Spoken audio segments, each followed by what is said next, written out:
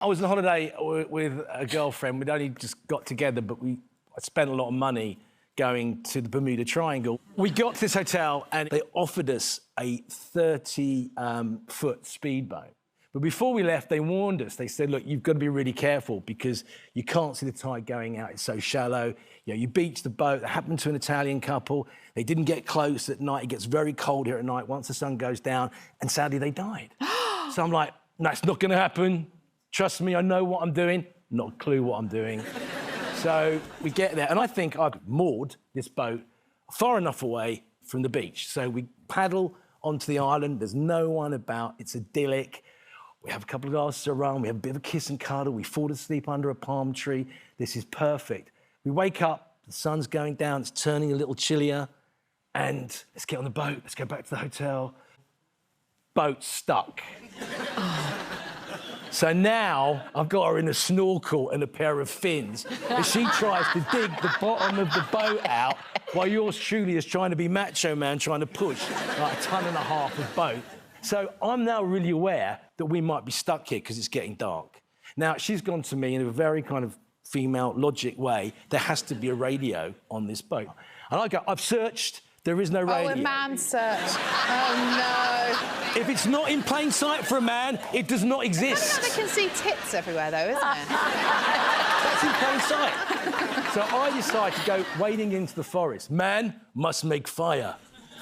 And she is insisting on staying in the boat because she knows there is a radio on it. So I've collected all the brushwood on the beach, I've dug a pit, burning it, it's all going up really quickly, and then I come across this log. So I put it across another branch, a big branch, and I crack it in half. And as I crack it in half, the ants pull up the inside of my leg.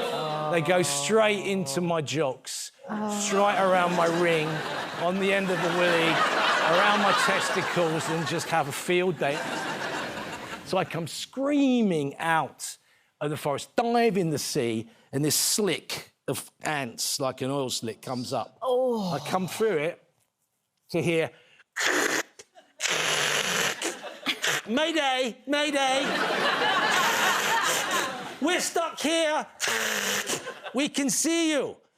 Are you the fuckers that have burned down our sacred island? No. Whoa. I'm sorry, the gong's coming out. So this is about the 1970s, when I was a teenager. My sister used to live in Windsor Safari Park. Huh. So when there was a runt of any kind of litter at all, they would look after it in the house. So they had a cheetah there, there's a little baby penguin in the bath, I'm not even making it up. Oh. So when I was 15, I went down to work in the gift shop in Windsor, right, in the safari park, and lived with my sister and her husband. And one of the lions had given birth, and one of them she'd rejected, and they called this little lion Mumphy. So when I got there, it was in my sister's house, and it was a little, tiny little bundle. So Mumphy used to sleep with me. So I would be my head on one pillow, and Mumphy would be literally on the other pillow. That's incredible. Anyway, you don't notice that the lion's got bigger. Oh, my. Right. So my mum was coming down on the train from North Wales, and she said, oh, I won't be there till late, darling, you know, la, la, la. You go to bed, and then I'll see you in the morning. So I go to bed. Nobody has explained to my mother that I sleep with a lion. So she comes in the morning, she opens the door. Hello, Casa. I've got you a nice cup of tea. Hello, darling. Switches the light on, sees this lion. Ah! She screams. The lion goes... Tea goes everywhere, and my mother literally nearly had a heart attack. Oh. Wow. Vord's very, very strong on this. So, in the 70s, I always used to go with my dad in the pickup, and he always, come rain or shine, had the window down. He had one tanned arm and one white arm, you know. And he'd go and he'd shout at everybody on the way up. And he'd go, Dr. Quinn, you bastard, how are you? And he'd go, Mrs. Jones, you bitch. And everybody would be waving, oh, Gabrielle, finished it. So anyway, got to 17, passed my test, and my friend said, oh, should we go uptown? I went, yeah, let's go in the car. Has she asked your dad? No, I haven't asked my dad. He'll go mad.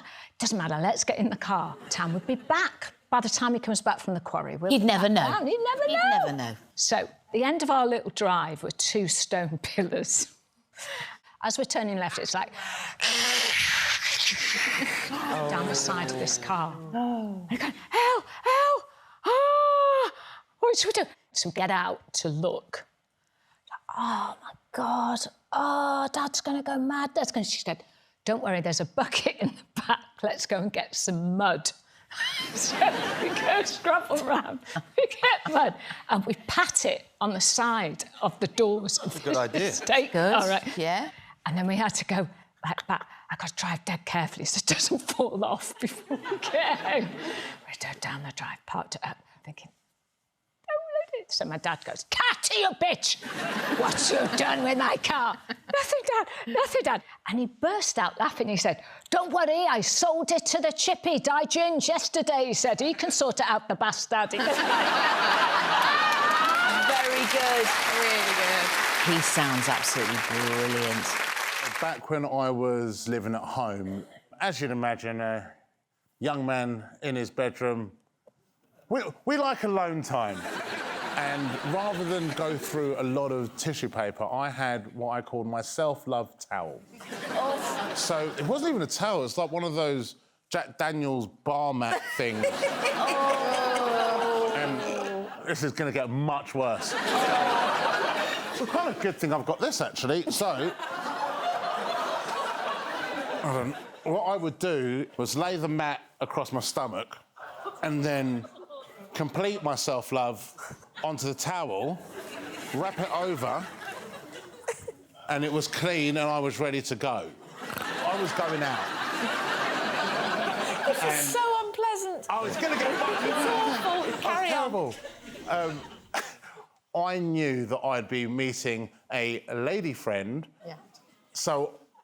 to make it last longer, clear the pipes before you go out, right? That towel's now on my bed. Now, my friend who was coming out with me, he just had a donut. And he's in my room, just finished a donut, and he's got jam on his hands. So, yeah. So he's gone, is that clean? But now, before I've got a chance to answer, he just grabbed this towel and started trying to wipe the jam in his hands. And the confusion on his face when it was not getting any less sticky.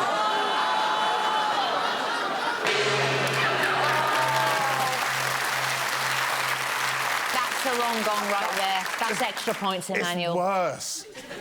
I've never told him. He's going to be watching it and realising now. Wow. I grew up playing a lot of rugby. Yeah.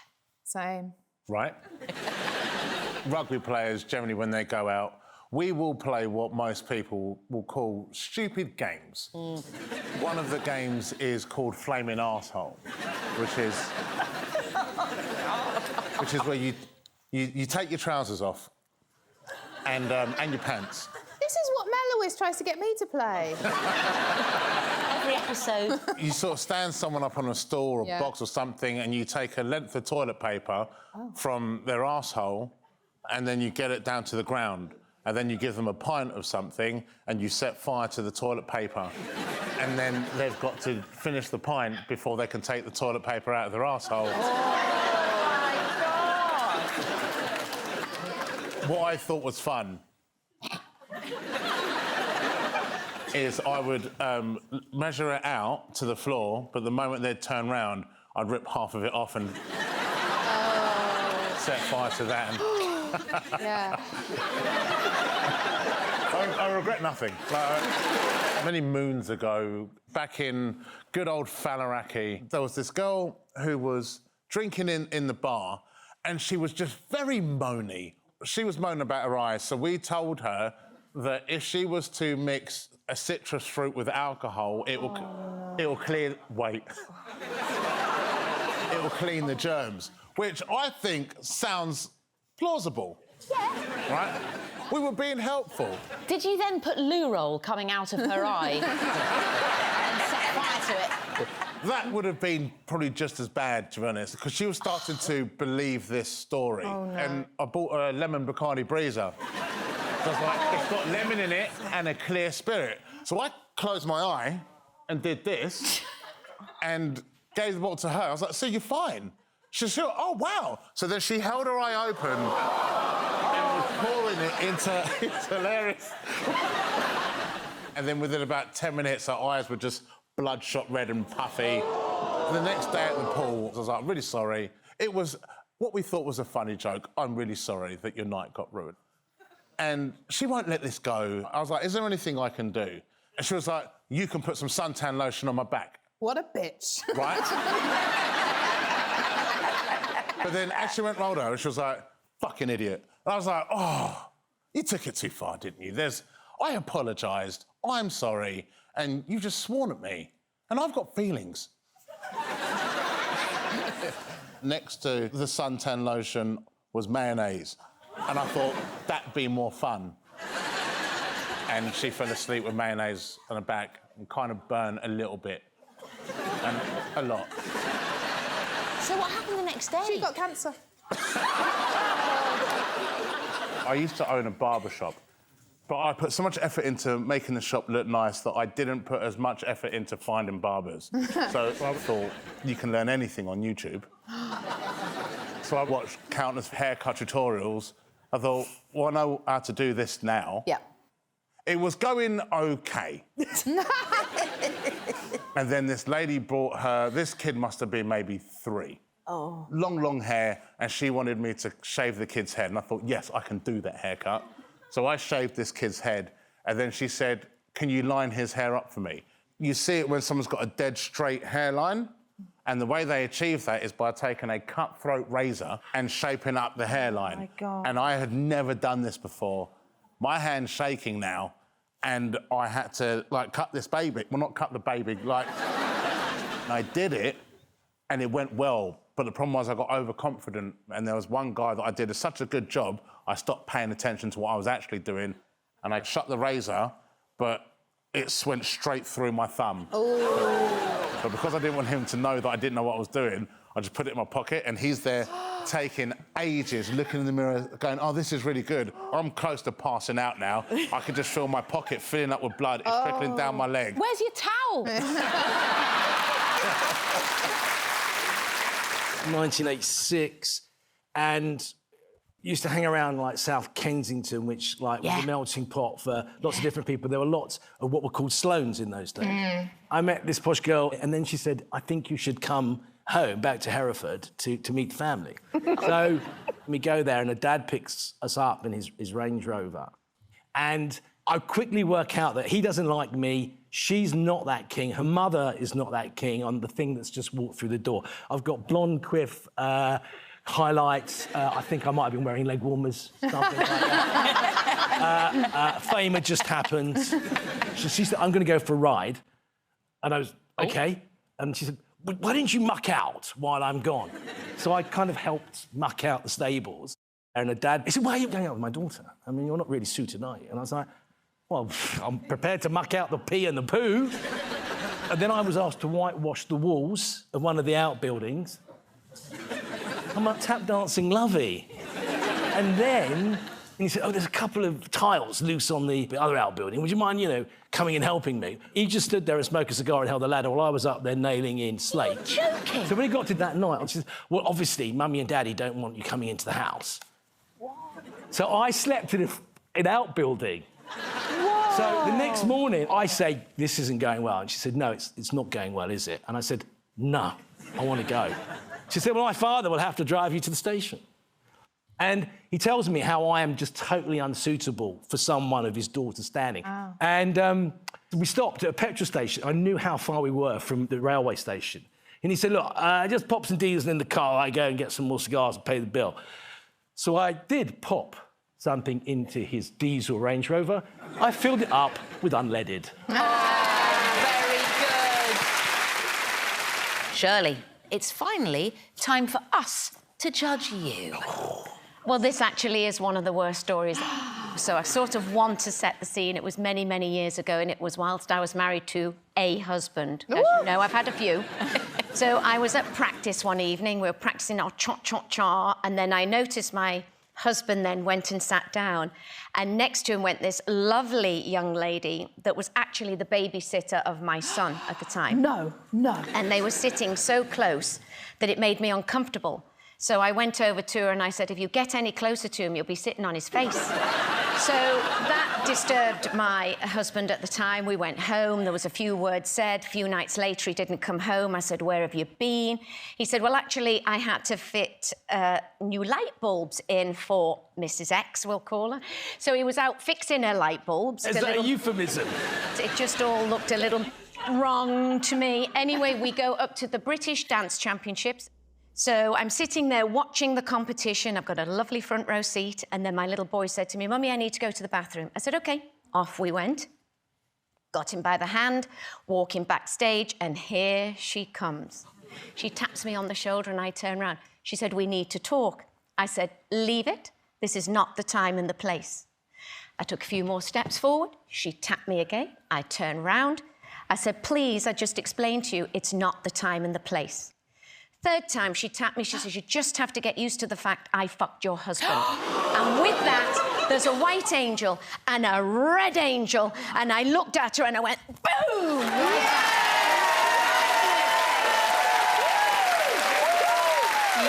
Over she went. My little boy was stood there like this.